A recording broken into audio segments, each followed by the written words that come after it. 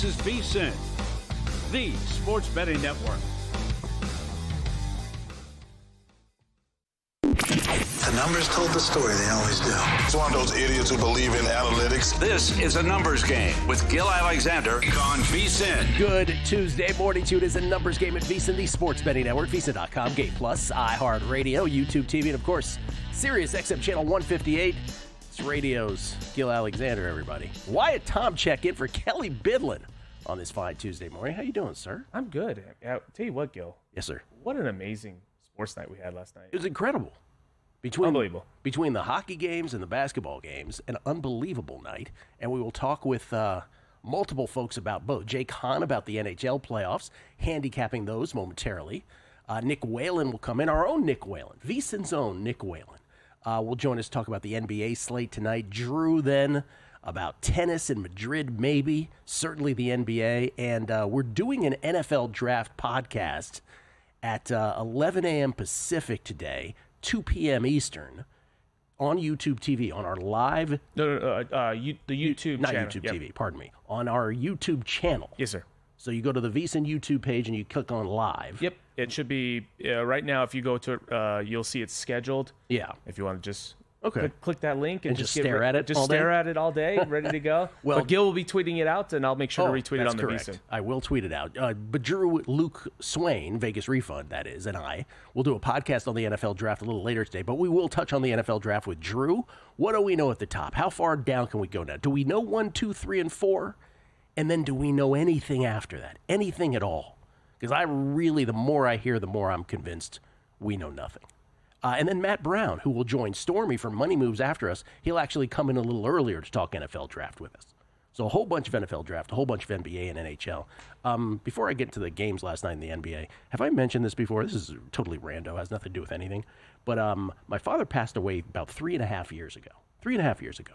It was my mom this past year, but my dad 3.5 years ago. And ever since he died, and the reason I associate this with him is because it happened right after he passed away, is my TV turns on by itself now sometimes. So just from and I don't usually believe in this kind of stuff, but from the moment he passed away, my TV will randomly, while I'm asleep, while I'm away, I'll just come home to the Roku page. The Roku sort of, what is that? What do you call it? Like screensaver. Yeah, like do you want to... Yeah. I suppose if it like randomly went to like Family Feud, I wouldn't wouldn't associate the two things where it's like, this Steve Harvey is hilarious. That wouldn't be my dad. But I figured then when my mom passed away, I figured maybe this will go away because now that my mom's passed away, like if you believe in this stuff, right, it follows that maybe he would go. But it would be totally like him, because it hasn't stopped. It would be totally like him to be like, don't tell your mother I'm here, right? And just, just keep with it. Anyway, I just want to know from anybody, does your TV randomly turn on by itself? Does anybody else have this experience? My TV does not turn on randomly, and I'd be very, very spooked. Well, the first time it happened, I was totally spooked. Now, is the TV the same as it's been the last handful of years? Okay. Yes. Okay, so it's not like it's like if you get a new TV and it's still doing it. That one, I'd be like... No, that idea, that's crazy. Anyway.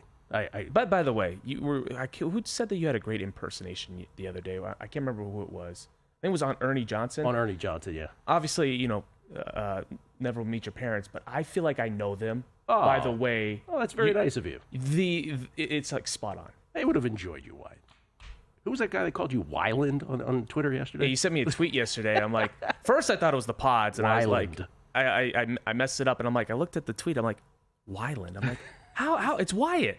I've never had that before. I get my last name getting misspelled, but I love that. Gil's going to call me that for the rest of the week. Speaking of Ernie Johnson, did you see Shaq had to walk off the set yesterday? I showed my roommate that. It was fantastic. He goes, I got to go. I got to go. But the thing is, I thought it was like a number 2 situation, but the speed with which he came back suggests that it was a number 1 situation. I don't know. We'll get to the bottom. My roommate said they should have kept the mic on. They should have. In the ears of everybody. That's from Naked Gun. Did you ever see Naked Gun? No, I have That's not. the whole thing from Naked Gun. As far as the NBA last night, those 2 games were awesome. I guess the main point there's 2 points I want to make about these games last night. The first of which is beware of how these NBA games are plinko, largely, right? They're plinko. It's like the Price is Right game where the metal chip, the metal disc just, goes down rungs and then it speeds up and all of a sudden it falls in whatever slot it falls in randomly. from an ATS perspective, a lot of that has to do with that. And what goes on radio afterwards, or sports, or Sports Center or whatever, is going to be largely driven by who ends up winning in the end, which oftentimes is just in basketball, right? It can be very random. So take the Detroit Knicks game last night. The Pistons beat the Knicks 100-94. They knot up the best of 7 series at 1 game apiece. And think about the thin line. Remember, game 1, the Pistons were up by 8, 98-90 in the fourth quarter, and then the Knicks go on a 21-0 run, 21-0 to go up 111-98 with 4:49 left.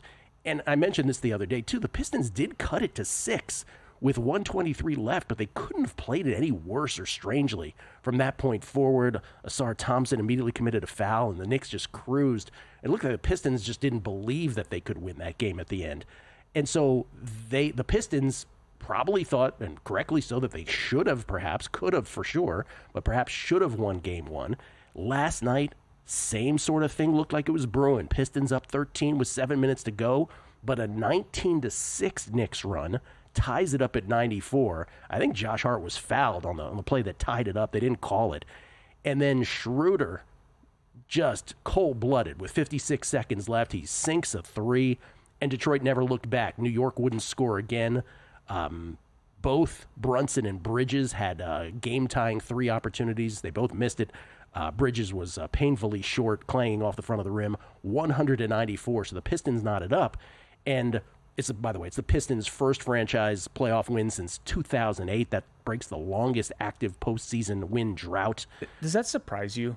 With you growing up with the Bad Boys and when I grew up with the Larry Brown? No, because they were one of the candidates. I don't know that I would have pinpointed them as the team. I might have said the Wizards, too, but they had some John Wall teams as well that won.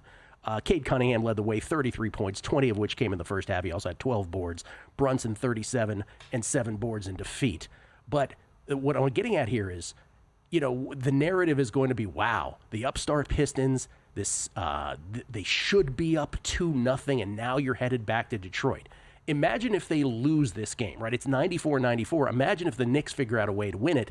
The narrative is completely flipped on its head this morning. It's like, wow, the Knicks couldn't have played worse in either game, and they're still up 2-0, right? So the entire sort of narrative of this completely changes on a dime. Pistons 6 of 27 from 3. Add that to the narrative too, right? The Pistons couldn't have been worse. I suppose they could have been. I suppose they could have been 4 of 27 or something. But 6 of 27 from behind the arc. They out-rebounded the Knicks 48-34. But if you go 6 of 27 from 3, if I give you that stat, you're probably thinking the Knicks win this game. Karl Anthony Towns, scoreless in the second half. He played the entire fourth quarter, didn't take a shot. The big thing that Tom Thibodeau was upset about was the free throw attempt disparity. The difference, Detroit 28 of 34 from the line, the Knicks 16 of 19. So 34 attempts versus 19, but poking holes in Thibodeau's sort of angle there.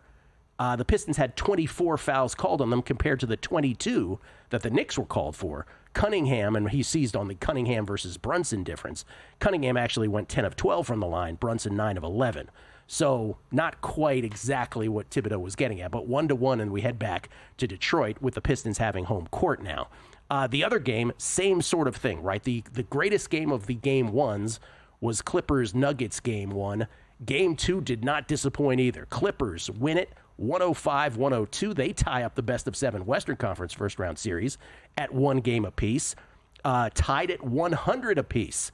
Late, Michael Porter with an awkward dribble stolen by Powell to Kawhi, back to Powell, 3-pointer with 90 seconds left to put the Clippers up 103-100 in a game that seemed like it was within 3 points almost the entire time, with rare exception. After 2 Jokic free throws, another Kawhi jumper, Nuggets would have a chance to tie it in the closing seconds. Brown misses a 3. Jokic missed a desperation 3. Ball game, Clippers 105-102. Again with the narrative, if the Clippers managed to lose this game, and again it was tied at 100 with just over 90 seconds left, it could go either way. It's Clippers are clippering. This is them all over again. What do we expect? Why did everyone get hoodwinked into this? Instead, it's, oh my God, it's 2019 Raptors Kawhi. Kawhi Leonard, 39 points. Perhaps the Clippers should be up 2-0. People will say that if they're on that side of this series. Kawhi, 39 points on 15 of 19 shooting from the field. Just unbelievable. At one point, I was watching this in public at a bar, not a bar, but a bar restaurant, and I said to my brother, I'm like, I don't think I've seen Kawhi miss. And usually when you say that in a game, you've typically missed a shot or two. He was 12 of 13 when I said that. Like, he just barely missed. He was in God mode. I mean, 15 of 19. And what Kawhi Leonard does so well, and they were talking about it on the broadcast, his mid-range is so elite. He needs to continue to do that a lot more often. It's incredible. Clippers advanced to the Western Conference Finals in Leonard's second season with the team, but since then, they haven't gotten out of the first round. Leonard limited to just 4 games in the previous 2 postseasons due to multiple injuries. Remember, the Clippers finishing the regular season on an 18-3 run. So this now tied at 1 game apiece, headed back to Denver. But again, the thin line between what the narrative could be in both of these series this morning. And so your job as a handicapper is largely to just eliminate that noise and go with what you really believe is sustainable. The one thing that I think you could benefit from, though, of course, is our VSiN Killer Sports NBA Playoff Challenge. 15 handicappers doing this. This is not just for us to look at each other and say, oh, wow, who's in the lead? By the way, it's Fezzik and Von Tobel, I believe, who are tied now. But you have access, if you're a subscriber, at VSiN.com/challenge to everybody's picks. Last night, collectively, 9-1. Everybody went 9-1 on their picks. Sean Green, JVT, Zach Cohen, Kelly Bidlin, Doug Kazarian, all on the Clippers. Kazarian also on the Clippers Nuggets under, which got there. And then JVT, Alex Christensen, and Zach Cohen all on the Pistons plus the points. 9-1 in our NBA Playoff Challenge. VSiN.com/subscribe. Check it out. 570 picks in all this NBA playoff postseason. Coming back, hockey with Jake Hahn next, right here on A Numbers Game. Time. There's nothing more valuable. It's what drives everyone to make the most of every moment. We celebrate living large in the now. In a city where time disappears, we create experiences that electrify the soul and memories that will last forever. We go big, we go all night, and here, everyone is invited. So get loose and get loud. This is Circa. You'll have the time of your life. So, Paulie, have you had a chance to read the VSiN Daily yet? Yeah, came in at 3 a.m. What's Bill doing up that late? Well, rumor has it, it starts off with a 12-hour meditation session. Then he just pours himself over film and live TV, really focusing and taking it all in. Bill's in with the biggest insiders, talking trade secrets, strategies, the whole nine, absorbing the info. And then and only then can the writing process begin.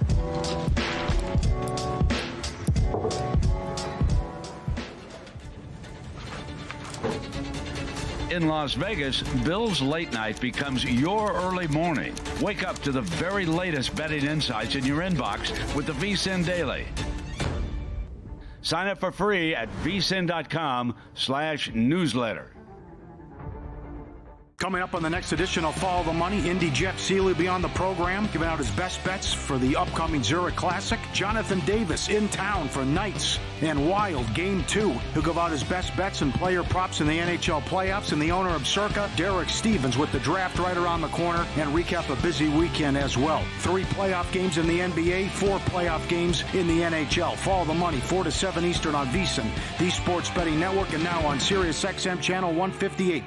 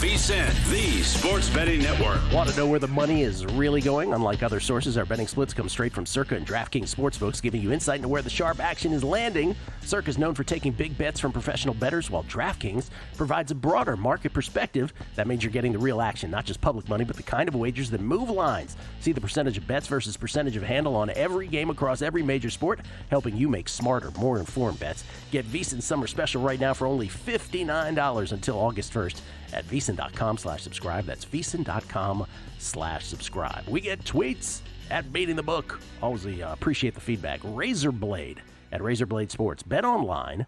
Iga -180 for the French. Pinnacle dealing -140. Bookmaker, which is where I got mine, still +115 as of yesterday. He said, WTF is going on here? Bookmaker site down today for maintenance. Yes, it is overnight.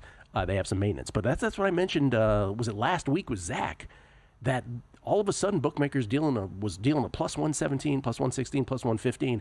Everybody else still in minus monies. Now this, of course, the reason that there's a little bit of movement is because of her consecutive losses to Ayala in Miami and then to Ostapenko here at Stuttgart. By the way, and we'll get into a little bit of this with Drew also, everyone she loses to ends up winning the tournament. So it's very interesting. Kevin Ryan, Road King KR. Gill, tell the Joker last night. It's not often someone has a triple-double, and they were the player that cost their team to lose. I don't know if you can ever say that, really, because, but you are right. He wasn't good at the free throw line, for one. Zubats plays great defense on him. I don't know if you can ever say Joker's the reason you lose, though. Old Guy Get Off My Lawn says, we have 2 Samsung TVs that randomly turn on. Our Vizio TVs do not. Talking about experience with my TV. And Drew from Boise, yes, my TV in the bedroom randomly comes on, usually within a few minutes after I turn it off, only the TV in the bedroom. Yeah, this isn't a few minutes after for me. This is just hours and hours, sometimes days. And primetime, Cowboys_Cubs1, yo, hey man, after my mom passed in 2016, my beloved Cubs randomly turned on and won a World Series. Then America's team randomly turned on that year behind a couple of rookies, Dak and Zeke, and gave me some regular season joy. It's the same, but different. Yeah, a little bit different. The NBA was great last night, but you know what the NHL said? Here, hold my beer. Watch this. Jake Hahn here joining us to talk NHL postseason with us, co-host of The Point, the fantasy hockey show on SiriusXM NHL at JHahn4, H-A-H-N, and the number 4. Jake, that was awesome yesterday. Amazing. We love holding beers up here in Canada, Gill. So that's the perfect phrase for what happened last night. I did catch a little bit of the ending of the NBA game as well. And I know I'm here to talk hockey with you, Gill, which I always love to do. But you mentioned those numbers on Iga Swiatek at the French Open coming up as well. I'm a huge tennis guy like yourself, so I love to hear those types of numbers. And I don't know if there's a more lopsided head-to-head involving a top player, a player of Iga's caliber against her than her versus Ostapenko. It's one of the craziest things I've seen where she just can't beat Ostapenko for whatever reason. But I'm looking forward to some French Open plays in about a month or so. It's amazing. We talked about it a little briefly. I don't think there's an equivalent for it in sports. No. And I don't think I've ever seen a difference in pricing like we're seeing right now for the French Open. And by the way, here in this tournament in Madrid, if she goes to the round of 16, guess who she's playing? Ostapenko. And something's got to give because there's the Ostapenko-Iga thing. Iga never loses early, although round of 16, there's been a couple through the years. And we'll see. We'll see. Tennis is going to be fantastic here as the clay court season runs up to the French. What was the greatest last night? Ovechkin and the Caps beating the Canadiens 3-2. Ovechkin scores the first and the game winner in overtime. He had never, with everything he's done, right? Stanley Cup in 2018, 3 Hart trophies, obviously famously breaking Gretzky's goal record this year. He'd never had a postseason overtime goal, and he does last night. There's that. He also assisted on the one in the middle. Caps win. Then, of course, there was the Jets get it done. They go 2-0 up in their series over the Blues with a 2-1 win. The Stars in a great game with the Avalanche, topsy-turvy. They end up winning 4-3 in overtime to even up that series. And then the Oilers, maybe the greatest of them all. Zach, the Oilers are down 4-0, then they're down 5-2. They get it to 5-3 within, was it 2:04 left? Zach Hyman scores. Leaflet, by the way, assisted by McDavid. McDavid scores then with 1:28 left to tie it up, and then you think it's going to overtime, and Philip Denault scores for the Kings, and they win it 6-5. I mean, what was the best of that bunch?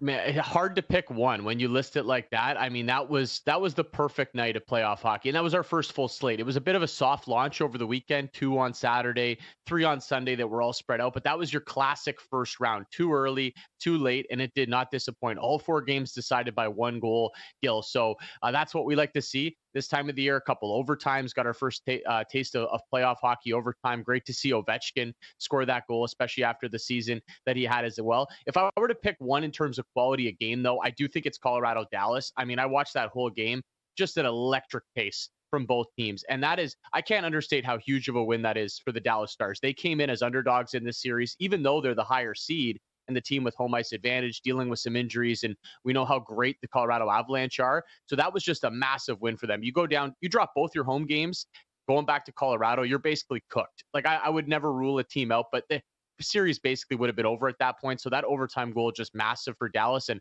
I can't believe LA let that one get away. Ultimately, they did get away with it. And Danault gets a bit of a flutter puck goal to win the game late, and they escape with the win. But I felt like if LA lost that game, Gill, with the history between them and Edmonton, maybe just go to handshakes. Like that would have been an impossible loss to come back from. So good for LA to find a way to win that. But man, some concerns, the fact that they let Edmonton get back into that game. It is interesting because with hockey, and I'll say this for the billionth time for those who listen to this show for many years, they know this. It's, in the NBA, 80% roughly of favorites manifest and they get through to the next round. Obviously, the first round in the NBA playoffs skews that tremendously. For the same percentage of favorites to get through in the NHL, because of the randomness of the sport, this is from Stats by Lopez, you'd have to play a best of 51. So anything that we describe as a must-win situation in hockey is typically overblown. But it did feel like in the Stars series that might not have been.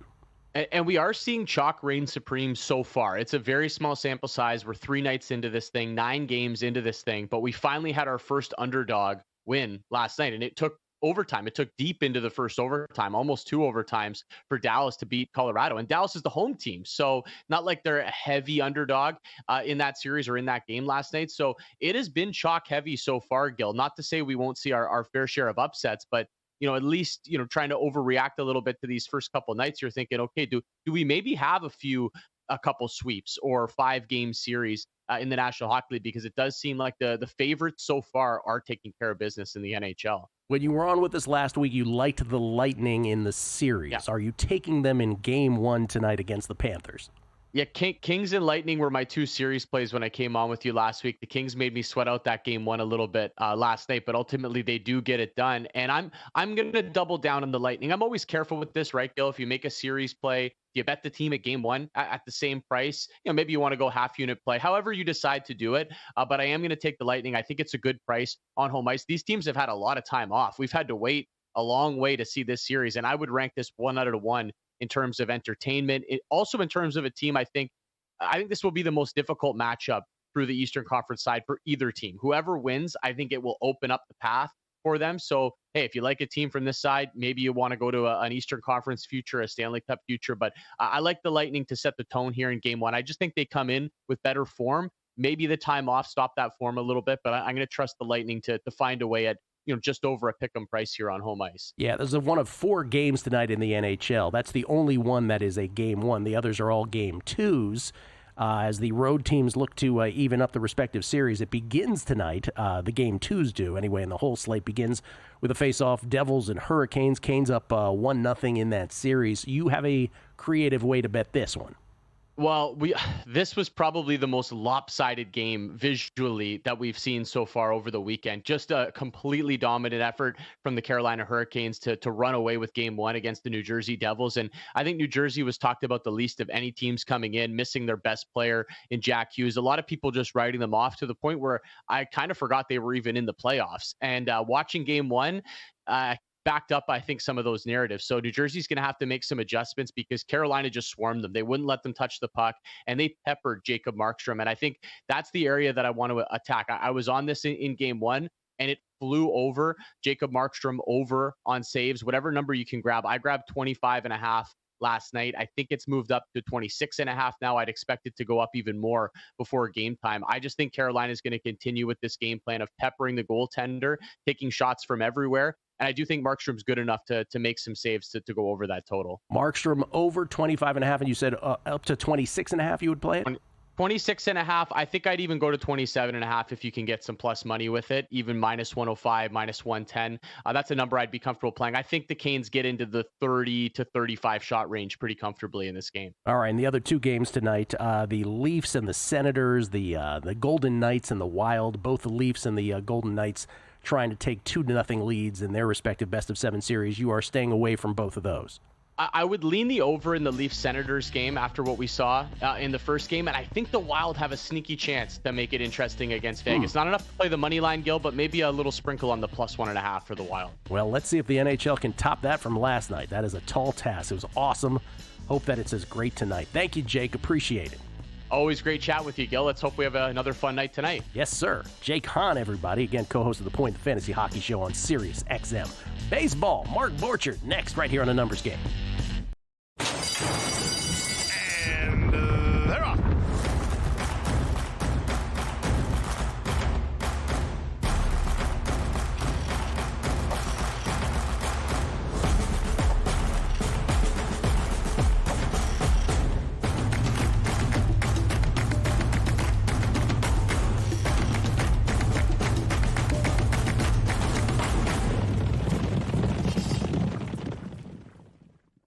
From the Masters to the Derby, playoffs to the draft, we have your summer covered with a VSiN Pro subscription for just $59 until August 1st. That means expert picks for every major event, exclusive betting splits from DraftKings and Circa, 24/7 video access on the VSiN Watch app, as well as betting guides for the Kentucky Derby and the NFL. Sign up now at VSiN.com/subscribe for just $59 and join us on the Sports Betting Network.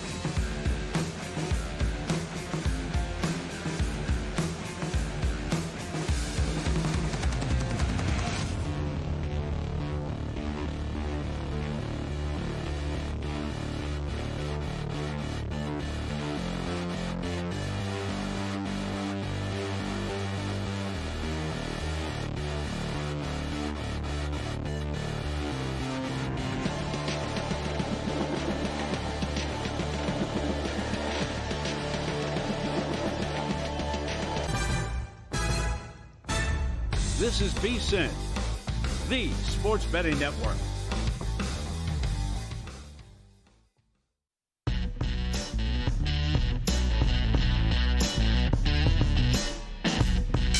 The Numbers Game on VSiN, the sports betting network. Don't forget to check out sharpplays.com. Unmatched transparency with records updated daily.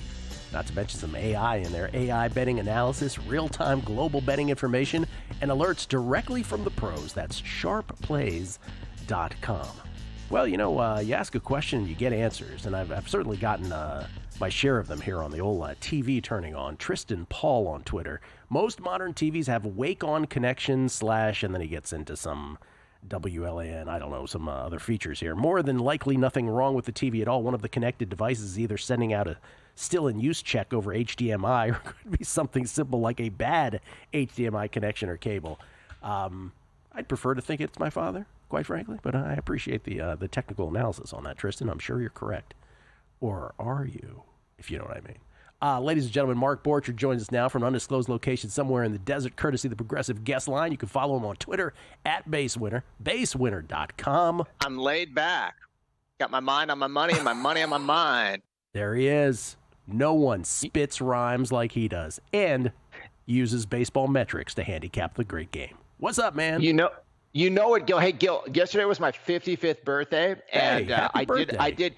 You would know this artist too. It was Jeremiah, and he sang a song called "Birthday Sex," and I always liked that song because it on the radio. It was birthday shh, like they couldn't say sex on the radio. So I changed it to birthday bets, and I did that towards the end of my show yesterday. I think I did a decent job on it. All right, this show sounds glorious. Where can people get your Bet US show? It is the MLB show, Bet US. You just search. If you search those two words on YouTube, you will get it. And it's every weekday at 8 a.m. Arizona time. So Arizona time. Yeah, because we're on our own time. So I don't know what other times are. I just know what we do in Arizona because I'm a cowboy. Okay, easy. Wait a minute now. What did you do? Anything special for your 55th birthday besides change it to baseball bets? I did nothing. No, I worked out with I have a long jump coach because I'm involved in Masters track. So I was able to see him, and that was fun. And then I ate junk food. So wait, wait, hold on. I was about to move on to baseball. You have a long jump coach? Yeah, the guy.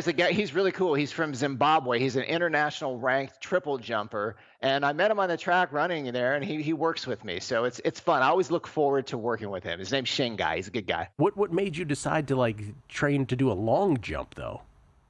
Well, because I've always run Masters track, and I just used to do the sprints, and I had to pay for an event, and it was a stupid thing. It was only $50, but I was like, if you did a field event, you paid the same amount. And I said, well, you know what? I want to get my money's worth. And I saw this guy jumping. I'm like, hey, and I know long jumping takes a little bit of speed, which I still have a little bit for a 55-year-old. And I said, hey, can you teach me to jump? And it just started from there, Gill. You're a regular Bob Beeman, or I guess it's Michael Powell now. Long jump records. No, you're right, but it's not Michael. It's not Michael Powell. There's a guy from Greece. He's the world leader. Right? Is that right? Somebody broke Mike Powell's record?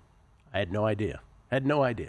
All right, Mark. Let's start. We usually end with your picks. Let's start with your picks. What do you got today?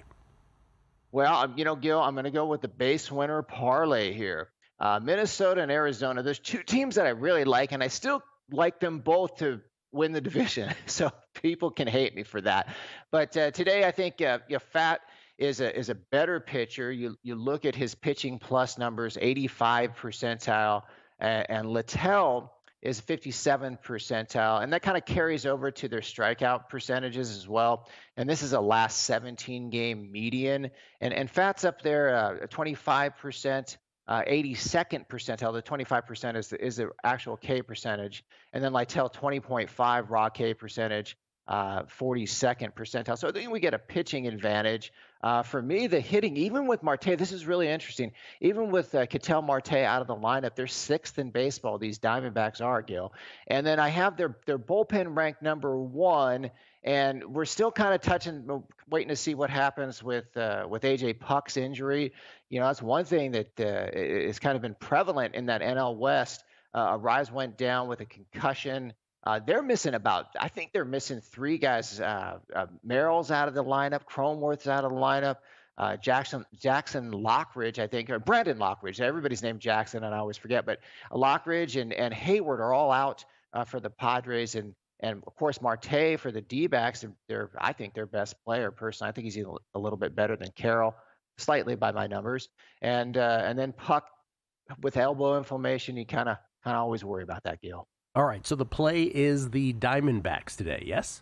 It's Minnesota, Arizona parlay. I put it out plus 141. I think it's still on the market at plus 133. I think that's a good opportunity. Minnesota, Arizona parlay. Boy, the Twins are just dreadful. I don't know what has happened to this team here out of the gates.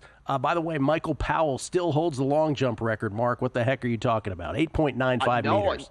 I knew that. I didn't want to correct you on the air. I must have misspoke. But okay. No, they have the lead. The guy, the leader right now, the world leader, or one of the world leaders, is a guy from Greece. And he's this big, tall, lanky guy, and he really is. He's good. All right, we're leaving it with the Twins and the Diamondbacks parlay. That's your play of the day. Is that what we're leaving? I'm gonna play because I know everybody gets pissed when I only give out a parlay. We're not the parlay show, Mark. You got to give us a straight. What do you got? Okay, I'll give you a straight. I'm gonna go with the Padres here. Yesterday they were at plus 102. I don't know where they are in the market right now. Even with those guys out of the lineup, I have them favored at minus 148. They put Iglesias into the lineup. That guy's pretty decent. He was like over 800 OPS last year. They've got a couple other guys that aren't so good, but what's really stands out to me is Pivetta, and he's been pretty good. I have him ranked 12th in the base winner ratings out of 150 pitchers. And what's even more I think important is his strikeout percentage is 30.9% in the 97th percentile. I think we get a pretty good opportunity.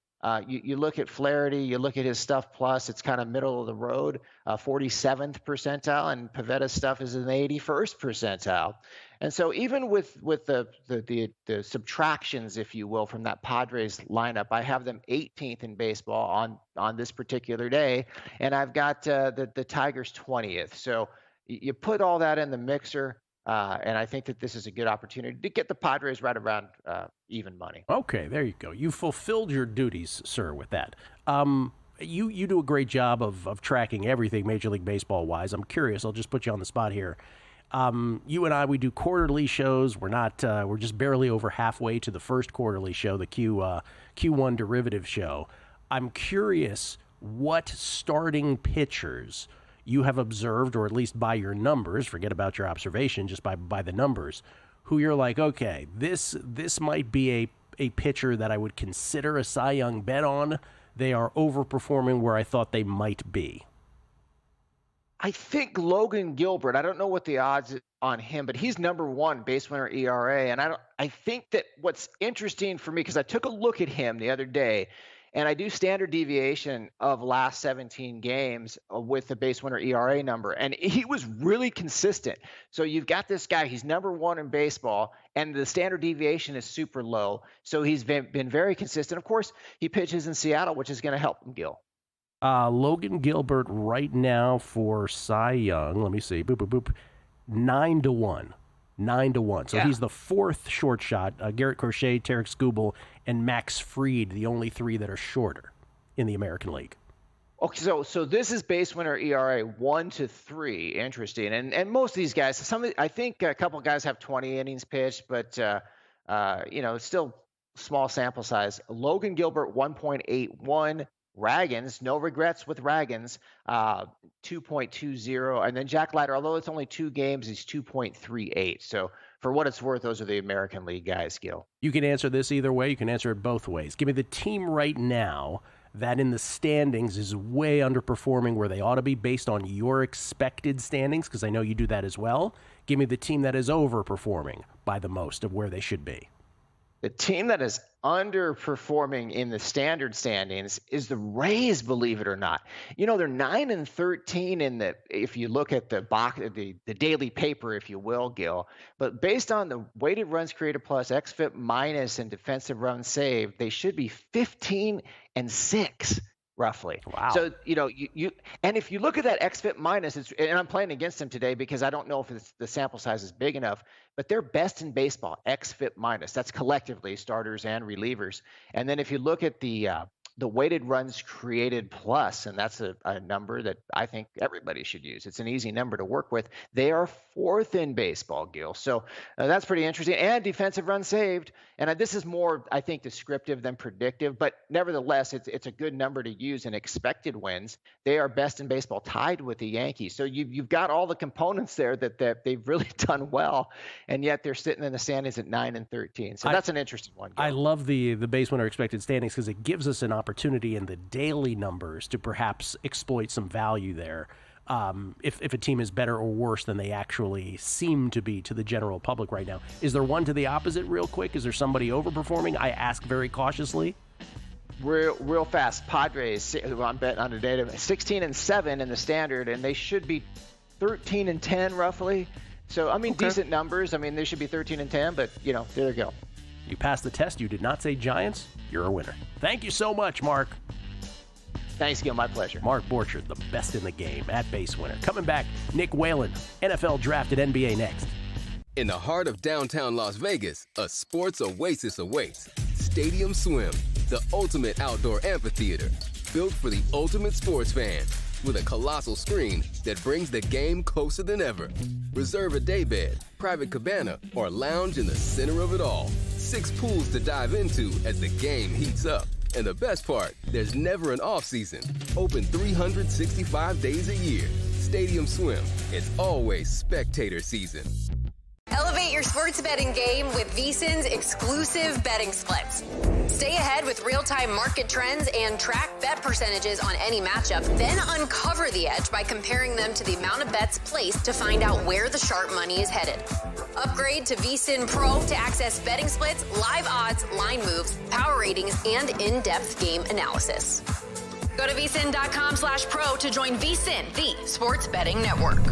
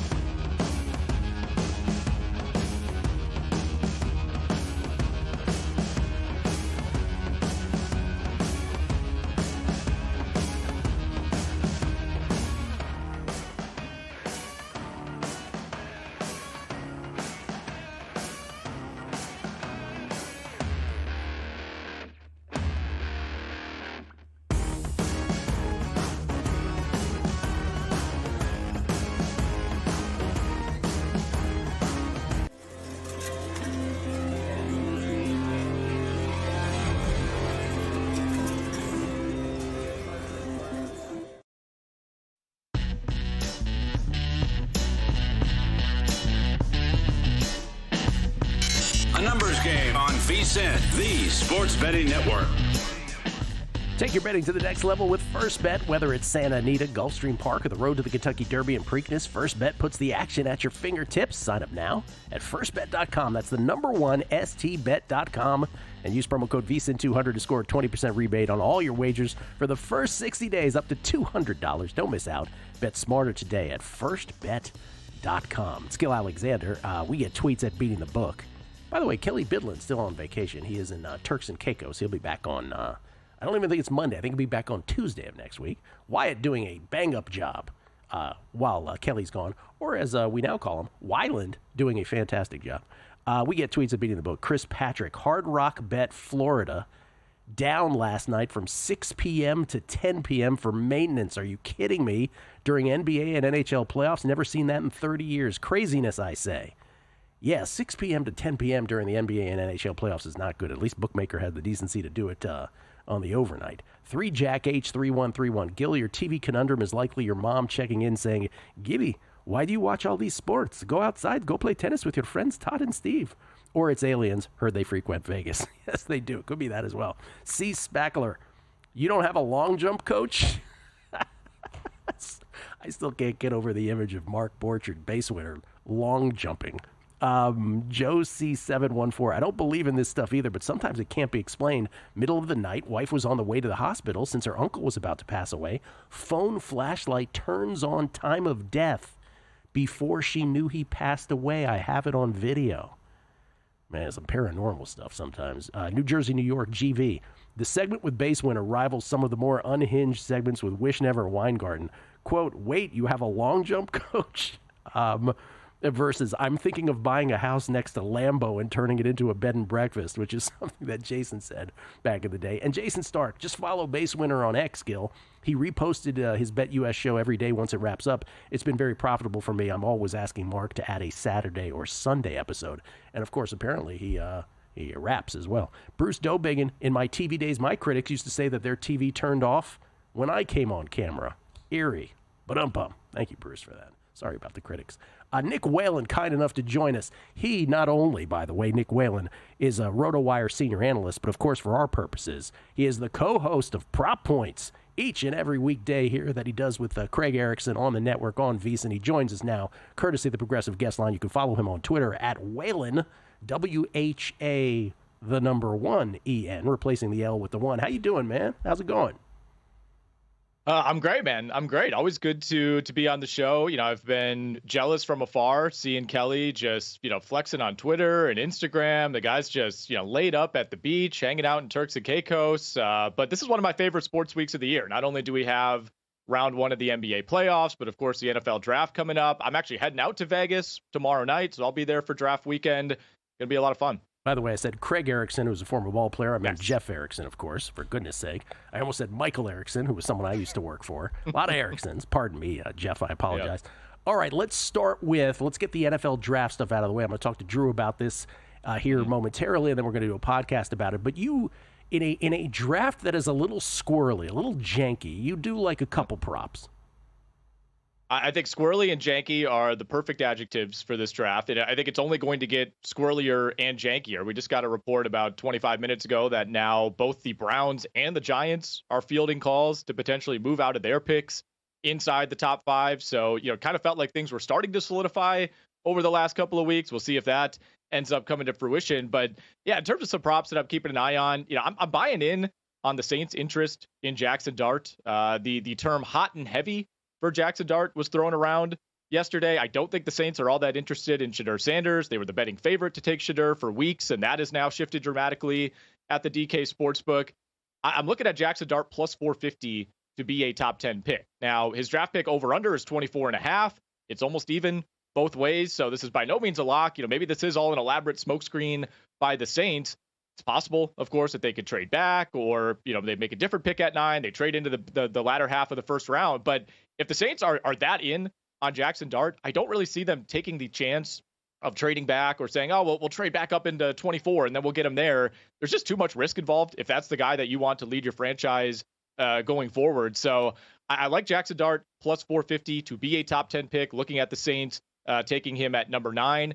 And then the other one that I'm looking at is Travion Henderson, the running back from Ohio State, plus 170 to go in the first round. Put that in yesterday. It's now down to plus 140 at the DK Sportsbook. Doesn't necessarily mesh with the over-under 2.5 running backs to go in round one. The over is still plus 220 there, so maybe that's a way you could pick up some value. You have Ashton Jeanty, you have Amarian Hampton, who's minus 1,600 to go in round one. But to me, Gill, you look at those teams in the 22 to 32 range, and there are plenty of potential landing spots. Good teams that are looking for that home run hitter piece.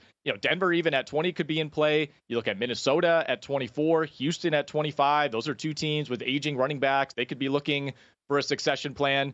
Your Washington Commanders at 29, KC at 31. I'm not sure we would see a team necessarily trade back into round one to draft a running back, but I think there are 4 or 5 real options for Henderson in those final 12 picks. First of all, who knows what happens in the final 12 of the first round? I think in any draft, we would say that. The quarterback thing is so interesting. I know there's a lot of people who heard you say Jackson Dart plus 450, top 10, and probably scoffed at that. I just, and I'm hearing a lot of, Todd McShay came on and his latest podcast. He's like, look, I think it's going to be under 2.5 quarterbacks in the first round. Listen, I don't know if I'm making the same bet you are on Dart, but I get the attitude about it, or at least the thought on it, because there's so much, we have to block out so much noise in sports betting. And when it comes to a draft, I think it's particularly difficult to block out a whole bunch of noise. And whenever I hear anything that is anti-quarterback first round stuff, I'm always skeptical, because it's easy for us to pontificate about that before the actual event takes place. But Thursday night, man, these teams, right? A lot of them who aren't even talking right now are quarterback needy, and they're coveting one. Like Shador. Some people have Shador leaving the first round. I don't know. I think a team will probably who knows? Maybe somebody will in the in the teens or in the 20s will be like, he's still available. We got to get him. Yeah. So I just think we have to guard against that. And so I'm with you on the general sentiment. Let's go to the NBA. Great NBA night last night. Playoffs have been, we hope that's a step up from the general first game ones, or that round of game ones, where only the Clippers-Nuggets game was competitive at the end. But there were some interesting finishes, certainly Golden State and the Rockets, Pistons-Knicks. Game one was interesting. Obviously, that series knotted up. Tonight, we have 3 game twos, Bucks-Pacers, where Dame Lillard has now been sort of upgraded to the old questionable category. Pacers remain a 5.5-point favorite. Grizzlies Thunder. This one I've already bet. Thunder 14.5-point favorites. I'm laying it again with the Thunder. And then the T-Wolves and the Lakers, where the Lakers in the proverbial, it's not a literal must win, but it is a figurative must win. Where are your plays tonight? Yeah, I'll try to run through as many as I can here. I got some props for each of these games. We'll start with Bucks-Pacers. That number is actually down to 4 now in favor of Indiana. So I think there is some momentum behind the scenes that perhaps we do see Damian Lillard tonight. So we got props up for Lillard. His points prop currently sitting at 19.5. So that kind of tells you the expectation. If he does play, is he going to see 36, 37 minutes? Probably not. He hasn't played in over a month at this point. So obviously that would be a plus for Milwaukee, but not necessarily something where you say, okay, we're just plugging in peak Dame Lillard. I think there is going to be a ramp-up period for him. In terms of a prop for this game, Andrew Nembhard over 10.5 points is right where my attention went. Minus 125 at DK. Went way over this number in game one. He has been a Bucks killer over these last couple of years. Obviously had a great playoff run for the Pacers last year. He went over this number in 5 of 6 games against Milwaukee in the first round a year ago. Took 13 shots in game one. I mean, this Milwaukee team, as currently constructed, has a ton of weaknesses, but perhaps the biggest among those is their lack of perimeter defense at the point of attack, specifically on guards. So I think you could kind of, you could slant your attention to limit Tyrese Halliburton. You should probably be able to do better against Siakam and Miles Turner, but you have to give something up. And I think Nembhard is the piece that will continue to be able to exploit this Bucks defense. We like the over 10.5 points there. I'm with you, by the way, on OKC. I don't think 14.5 is enough. I know the Grizzlies played a disastrous game in game one, but I think OKC could play better. SGA went 4 of 13 from the field, 1 of 7 from 3. So yeah, you expect a better effort out of Memphis, but I think OKC probably feels the same way. Aaron Wiggins over 10.5 points is one that I like here. He's one of those guys where if this does turn into a blowout, he still tends to play. He's kind of right on the border in terms of the guys who get pulled from the game. I would also look at SGA over 6.5 assists at minus 110. Don't love the points prop at 32.5, just given the blowout risk. And Isaiah Hartenstein over 3.5 assists is plus money tonight. And then real quick on the late game, Luka Doncic over 6.5 assists, had just 1 assist in game 1. That's a problem. Don't want that to be the script if you're the Lakers. He averaged 7.5 assists over his previous 15 games. And I would take a look at Jaden McDaniels, one of the heroes for Minnesota in game 1, over 5.5 boards. He's had 9, 8, and 9 rebounds in his last 3 games against the Lakers. Should continue to see a ton of minutes. They need his defense. Nicely done, Nick. We got it in. Appreciate it, man. Thank you so much. You bet, man. Anytime. Nick Whalen, once again, co-host with Jeff Erickson of Prop Points, each and every Monday through Friday. Weekdays right here at the network, 2 to 3 Eastern. 2 to 3 Eastern, 11 to noon Pacific, right here at VSiN. Coming back, Drew Dinsick, tennis, NBA, the NFL draft. It's all next on A Numbers Game at VSiN, the Sports Betting Network. And we're out. Okay, give me 1 sec. I need to load funds into my gaming apps.